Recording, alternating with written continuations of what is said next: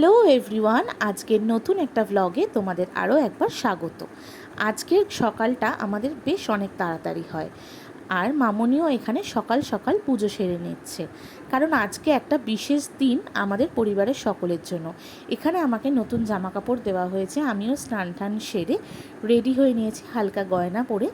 তো এদিকে আমার বাড়ির লোক, আমার মা, বৌদি, ভাইজি এরাও এসে উপস্থিত হয়েছে, সাথে কিন্তু এসেছেন ঠাকুরমশাইও। আজ হলো আমার পঞ্চামৃত খাওয়ানোর দিন। তো এখানে ঠাকুরমশাই মন্ত্রপাঠ করছেন এবং বলেছেন যে তিনজন এওকে ধরে আমাকে পঞ্চামৃত খাওয়াতে হবে, তবে মা বা মামনি কেউই এটা ধরতে পারবে না। তাই জন্য এখানে পিসি এবং আমার ছোট ও বড় যা দুজনে মিলে আমাকে পঞ্চামৃত খাওয়ায়, তিনজনে মিলে। আর ওই পুচকিটাকে দেখছো, ওটা হচ্ছে আমার ছোট জায়ের মেয়ে। তো এখানে আমাকে পঞ্চামৃত খাওয়ানো হচ্ছে।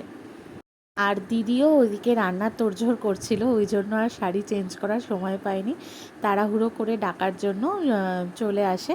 আর এখানে আমায় বলেই দেওয়া হয়েছিল, যেহেতু এটা অনেক কিছু দিয়ে তৈরি হয়, তো এটা যেন আমার মুখে অল্প একটু জাস্ট গেলেই আমি বলে দিই। তো সেটাই, সেই মতোই ওরা আমাকে পঞ্চামৃত খাওয়াচ্ছিল।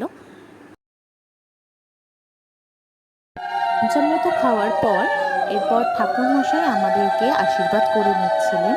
আমাদের বলতে আমাকে এবং আমাদের যে সন্তান আসতে চলেছে তার মঙ্গল কামনায় আমাদেরকে আশীর্বাদ করছিলেন। এবং তারপরে উনি বলেছিলেন আমাদের বাড়ির বাকি যারা রয়েছে তারা সকলে যেন আমাদেরকে আশীর্বাদ করে নেয়। আর এই অনুষ্ঠানটা একটু ছোট করেই হয়েছিল, একেবারেই ঘরোয়াভাবে করা হয়েছিল, তাই খুব একটা লোকজন বলতে কেউই ছিল না, সবাই আমাদের বাড়ির লোকই ছিল। এই মুহূর্তে আমাকে মামনি আশীর্বাদ করে নিচ্ছে। আর মামনি যেহেতু গ্যাসে রান্না মানে পায়েস বসে এসেছিলো, তাই খুব তাড়াহুড়োই ছিল বলে চলে গেছে, আমি প্রণামটাও করতে ভুলে গেছি। আর গরমও লাগছিল প্রচণ্ড।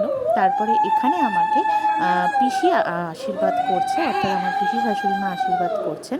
একে একে প্রত্যেকে আমায় আশীর্বাদ করে নিয়েছিল। আর আমাদের শ্বশুরবাড়ির লোকের সবারই খুব ইচ্ছে যাতে আমাদের একটা মেয়ে হয়। তো দেখো এখানে পিসি বলছেও আমাকে সেটা। আর এখানে আমাকে কাকিমা আশীর্বাদ করে নিচ্ছিল। আর ওই যে বললাম, সকলেরই একই ডিমান্ড যাতে একটা আমাদের মেয়ে হয়। তবে মেয়ে হোক ছেলে হোক, সন্তানই আমাদের দুজনের কাছে এবং আমাদের বাড়ির সকলের কাছে যে সুস্থভাবে আসুক, এটাই প্রার্থনা করি ভগবানের কাছে।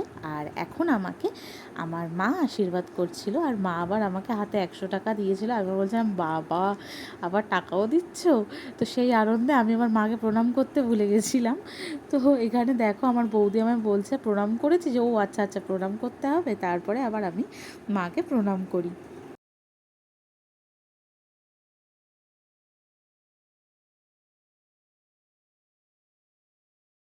আর এখানে একটা মজার খেলার বিষয় ছিল, এখানে একটার মধ্যে প্রদীপ আর একটার মধ্যে নোড়া রাখা ছিল। তো আমাকে বলা হয়েছিল যেটা তুলবে সেটাই নাকি হবে। তো আমার মা বলছিল যেটা হবে সেটাই হবে, তুই তোল, আমার থেকে টেনশনই হচ্ছিল। তারপর ফাইনালি দেখো আমি গিয়ে কিন্তু নোড়া তুলেছিলাম। আরে যা আছে তাই হবে। আর এটা আর তারপরে নোরাকে সবাই নাতি মনে করে এখানে আদর করছিল। আর এখানে দেখো রান্নার তোড়জোড়ও শুরু হয়ে গেছে, পিসি, মামনি, দিদি মিলে রান্না করছে। দুপুর হতেই আমাকে পায়েস দিয়ে দিয়েছিল আর এত কিছু পদ সাজিয়ে দিয়েছিল। এখানে আমার ভাইজি প্রথমে আমাকে খাইয়ে দিয়েছিল 3বার, ছোটো যে কোনো বাচ্চাকে খাইয়ে দিতে হয়, তাই এখানে প্রথমে আমার ভাইজি আমাকে খাইয়ে দিয়েছে। আর তারপরে আমি কিন্তু খেতে বসেছিলাম নিজে। আর এই দিনকার খাবারটা এত খাবার আমাকে একাই বলেছিল খেতে, যদিও সবটা খেয়ে উঠতে পারিনি। তারপরে বাড়ির বাদবাকিরাও খেতে বসে গেছিলো। তো আজকের দিনের সুন্দর কয়েকটা ছবি তোমাদের সাথে শেয়ার করে দেবো। ভালো লাগলে প্লিজ লাইক অ্যান্ড সাবস্ক্রাইব করে দিও, আর অনেক অনেক আশীর্বাদ করো আমাদেরকে। টাটা।